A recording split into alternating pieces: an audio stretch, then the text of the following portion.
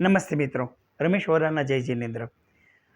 ગયા વિડીયોમાં આપણે નજર લાગી હોય તો પેપ્સીનો કે થમ્સઅપની આપણે જે વસ્તુ કરી એ વસ્તુ બીજા વસ્તુમાં બી કામ આવે છે.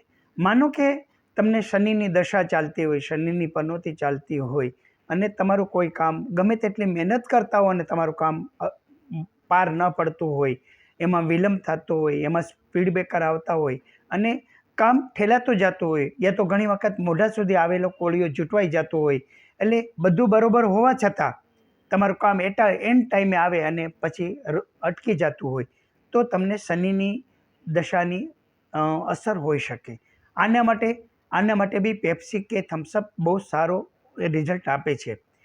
શનિવારે તમારે તળેલી વસ્તુનું દાન આપવાનું છે. દાન એવી વ્યક્તિને આપવાનું છે જેની તમારે કોઈ રિટર્નની આશા નથી રહેતી.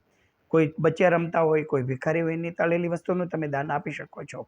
અને શનિવારે તમારે ત્યાં જે કાંઈ ઝાડુવાળા કે કોઈ રીતના ઓબીસીવાળા આવતા હોય, માનો કે ઝાડુવાળી બાઈ આવતી હોય તો એને ઘરમાં બેસાડી એને સમોસું કે કોઈ બી તળેલી વસ્તુ નાસ્તા માટે જરાક આપવાની.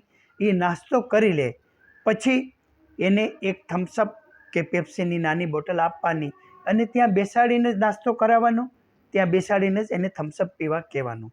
આ રીતનું તમે કરશો તો એનું રિઝલ્ટ તમને જલ્દી મળશે. તમારે જે કાંઈ પ્રોબ્લેમ છે એ ધીમે ધીમે સોલ્વ થતા જશે. આ વસ્તુ ફક્ત એક વખત કરો તો બી કોઈ વાંધો નથી, પણ કદાચ એવું લાગે કે હજી આપણને વધારે પ્રોબ્લેમ છે તો મેક્ઝિમમ 2 વખત કે 3 વખત તમે આ વસ્તુ કરી શકો તો તમારા પ્રોબ્લેમમાં ઘણા બધા ફરક આવશે. તમારા પ્રોબ્લેમ ઘણા બધા સોલ્વ થઈ જશે. કેમ કે શનિ જે છે એ તળેલી વસ્તુ એટલે તેલને કનેક્ટેડ વસ્તુ છે.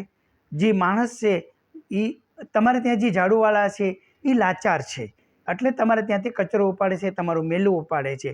તો આ શનિને કનેક્ટેડ હોવાથી આનું રિઝલ્ટ બહુ સારું મળે છે. જો તમને આ રીતનો કોઈ પ્રોબ્લેમ હોય તો આ સોલ્યુશન તમે કરી અને તમે સરસ મજાનું તમે તમારું જીવન બનાવી શકો છો. આવી નવી વાત લઈને આપણે પાછા જલ્દી મળીશું. જય જિનેન્દ્ર.